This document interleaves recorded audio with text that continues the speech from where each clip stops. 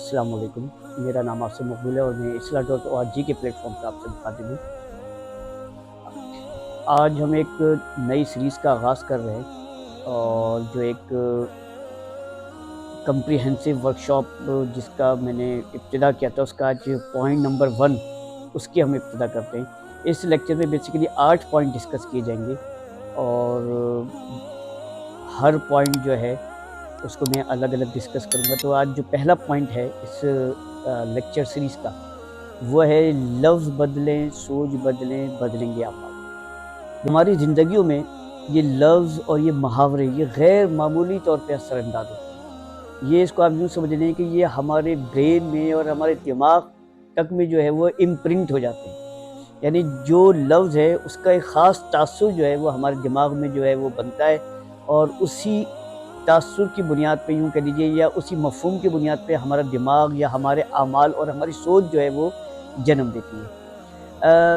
लफ्ज़ जो है वो इंसानी ज़िंदगी पे गैर मामूली तौर पे असरअंदाज होते हैं। इसके हवाले से मैं आपको एक रिसर्च जो है वो आपको शेयर करता चलूँ। एक मरतबा 3 ग्रुप्स बनाए गए और उसमें ये ग्रुप्स इस हवाले से बनाए गए कि देखा जाए कि अल्फाज जो हैं वो क्या वाकई इंसान की नफ्सियाती और इंसान की साइकोलॉजिकल तौर पे उसकी पर्सनैलिटी पे असरअंदाज होते हैं या नहीं होते। तो 3 ग्रुप बनाए गए। एक और तीनों ग्रुप को ये कहा गया कि वो पज़ल्स को जो है वो सॉल्व करें। पहले ग्रुप को जिस पज़ल को सॉल्व करने को कहा गया उसमें वो लफ्ज़ दिए गए उनको पोलाइट और काइंड। ये 2 लफ्ज़ दिए गए और कहा कि ये इस हवाले से कुछ पज़ल हैं, इसको आप सॉल्व करें। दूसरे ग्रुप के लोगों को जो पज़ल दिया गया वो था एग्रेसिव और रूड, और जो तीसरे ग्रुप को जो अल्फाज दिए गए जिस हवाले से पज़ल दिए गए वो कुछ न्यूट्रल अल्फाज थे। इसके बाद उन लोगों ने पज़ल्स तकरीबन 2 घंटे 3 घंटे उन पज़ल्स को सॉल्व करने की कोशिश की। इसके बाद जो नताइज निकाले उस साइकोलॉजिकल टीम ने वो बड़े गैर मामूली थे। वो ये था कि जिन लोगों को पोलाइट और काइंड जैसे अल्फाज दिए गए और कहा गया कि इसके हवाले से पज़ल्स को जो है वो सॉल्व करें, तो उनमें से ज़्यादातर लोगों के जो एटीट्यूड थे वो बड़े पोलाइट और बड़े काइंड जो है वो साबित हुए। इसके अलावा दूसरे ग्रुप के लोगों को जिनको कहा गया था रूड और एग्रेसिव जैसे अल्फाज दिए गए और पज़ल दिए गए इस हवाले से और कहा गया कि इसको सॉल्व करें, माइंडसेट जो बना था, उनका जो एटीट्यूड डेवलप हुआ था वो बड़ा रूड सा और बड़ा एग्रेशन उसके अंदर थी बहुत ज़्यादा।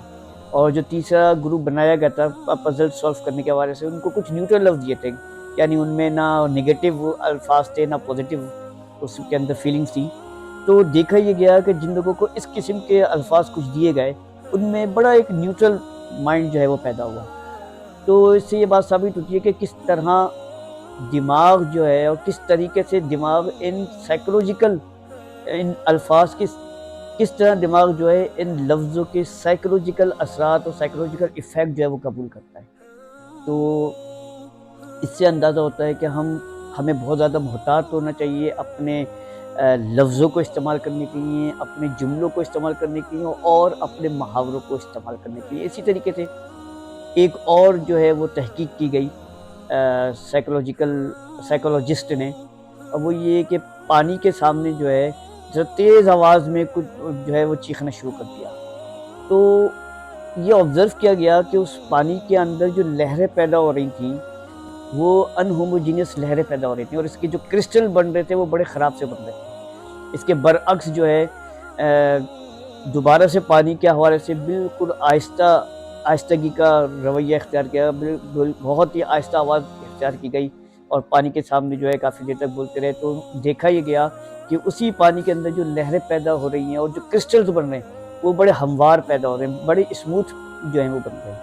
तो इससे आप अंदाज़ा कर सकते हैं कि लफ्ज़, मुहावरे और मेटाफोर्स जो हैं हमारी ज़िंदगियों पे कितने गैर मामूली तौर पर असरअंदाज हो सकते हैं। उम्मीद करता हूँ कि आज की वीडियो जो है आपको पसंद आई होगी।